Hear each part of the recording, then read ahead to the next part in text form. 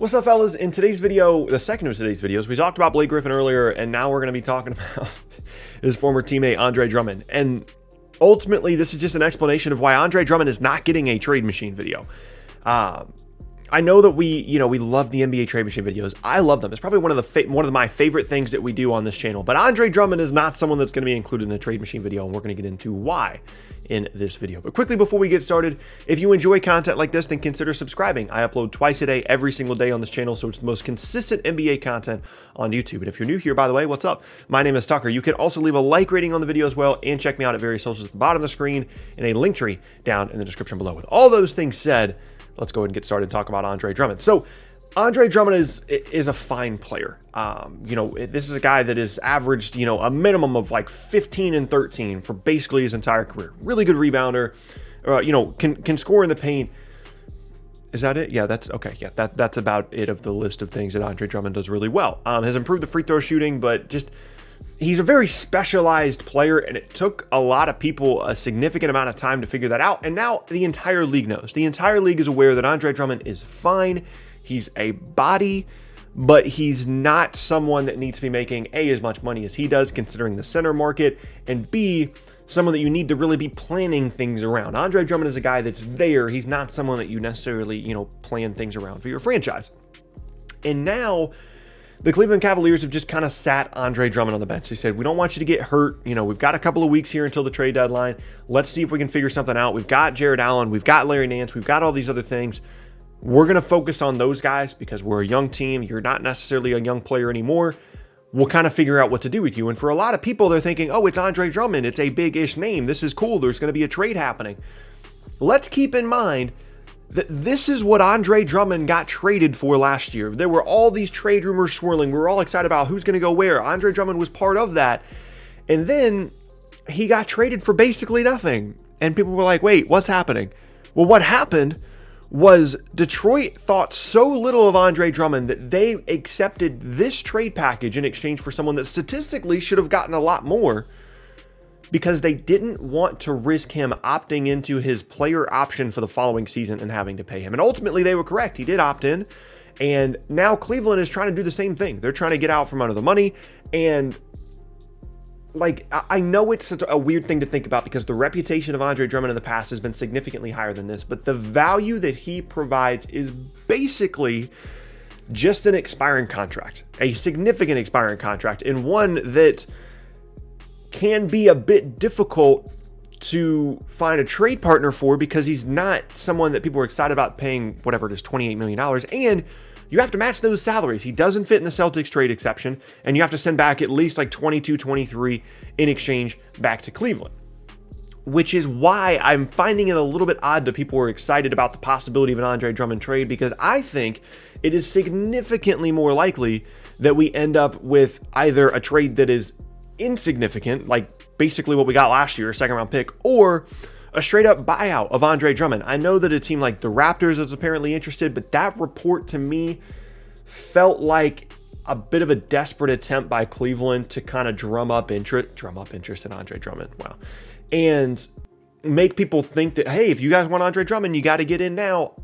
I doubt that Toronto is all that excited about getting Andre Drummond unless, again, they're just trading like a second round pick here. Basically what I'm saying is Andre Drummond is not getting a trade machine video. We're not doing trade machine, possibilities about Andre Drummond because it would be the most boring trade machine of all time. It would be Andre Drummond as an expiring contract in exchange for expiring contracts and a second round pick, or Andre Drummond as an expiring contract in exchange for taking on salaries and getting value in return, and just using Andre Drummond as a big expiring contract. There are teams across the league that would be interested in a deal like that and getting out from under some of the money on their roster and potentially giving up some value in exchange and hoping Andre Drummond becomes something. But really what this means, I think this says way more about Andre Drummond as a player and the reputation that he has and what other teams think of Andre Drummond than it does about an excitement about him possibly being traded. Because if he held any kind of significant value, he would have been traded for significantly more than he did last year, and teams would be way more excited about potentially getting him this year, especially considering that it's a pretty large expiring contract in a free agency summer in which a lot of teams are going to be interested in having a lot of salary cap space. Maybe not as much as they would have been interested in the past, but still, they're going to be interested. And now it's like, not only Andre Drummond, like what's his trade value? Not only could he potentially be bought out, but what's Andre Drummond getting paid this offseason? He's a 2021 free agent. He's someone that's been accustomed to making $25 to $28 million a year for the last couple of seasons. It's a center market that people were realizing you can go out and get Aaron Baines for $7 million a year and do about 85% of what Andre Drummond does and have some floor spacing on the floor rather than paying Andre Drummond $28 million. So the most interesting part of this entire equation to me is not the possibility of Drummond being traded or bought out unless he potentially goes to Brooklyn, because I would take any kind of big body of the five right now. But it's like, what is Drummond getting in free agency? Is Drummond getting like a 2-year, $10 million deal? Is he a mid-level exception guy now? Are we going to see Andre Drummond on like the Lakers at the end, at the end of the 2021 offseason? Where does that value fall? Because it's clear where the trade value falls. It's clear how teams are evaluating him in terms of giving up assets outside of just salary cap space. But in a summer in which certain players are going to be getting a lot of money because of the salary cap space that is out there, does Andre Drummond get included in that conversation or not? So at the end of the day, here's my overall summary of the Andre Drummond situation. If you're a Cavs fan, this is not some kind of golden egg asset that you should be super excited about. Andre Drummond is not a significant trade piece. If he was, he would have already been moved before they even went and got Jarrett Allen, because all this team needs is assets. They don't need anything other than assets. So if he was one, they would have traded him for assets before now. If you get a second round pick or, maybe a first because you're taking on contracts, you're doing well. The second thing, I think it's likely that he is not on your roster by the time the trade deadline rolls around, whether that be via trade or probably more likely a buyout situation. Andre Drummond has probably played his last game for the Cleveland Cavaliers, and based off a lot of Cavs fans that I know, they're okay with that. They're okay with not watching Andre Drummond play basketball anymore. So it seems like Drummond has played his last game for the Cavs. And then the third part of this, of course, is the free agency stuff that I talked about. What is Drummond going to be worth in free agency? He's not a high value target. I'm telling you right now, maybe he ends up in Toronto, ultimately in free agency, or the team that trades for him re-signs him. I would be shocked if he makes double digits a year. I'd be shocked if we see Andre Drummond sign like a 3-year, $33 million deal. I think more than likely it's a 1-year, $8 or $9 million deal. Maybe it's smaller than that if he goes to, a team that has a legitimate chance to win a title.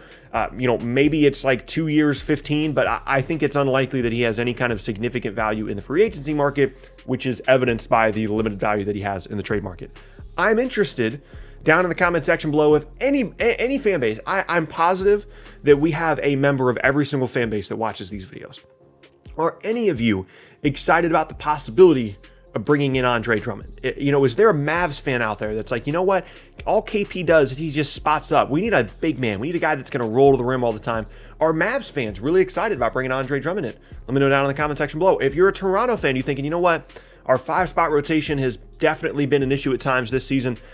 Andre Drummond could be a solution to that. Are you excited about that? Are you a Brooklyn fan? I am.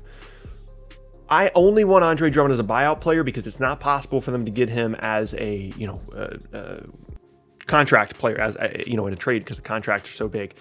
And I just want him kind of as a body out there. And I don't think I would necessarily be excited. I just think we need that much help at the 5 spot. Are you a Phoenix fan that, maybe you need a little bit of help at the back of 5? I don't know. Like already it's limited. You're thinking about Dallas. You're thinking about Toronto, teams that would not mind taking on a big expiring contract because they have plans for 2021 free agency anyway. Or you're looking at a team like Brooklyn that desperately needs help with the 5 spot so much that they would definitely be looking at Andre Drummond in a buyout situation. So we'll see what happens. Maybe I'm wrong. Maybe Andre Drummond's worth the 1st round pick. And if that's the case, play this one back, throw it in my mentions, and we'll laugh about it and it'll be fine.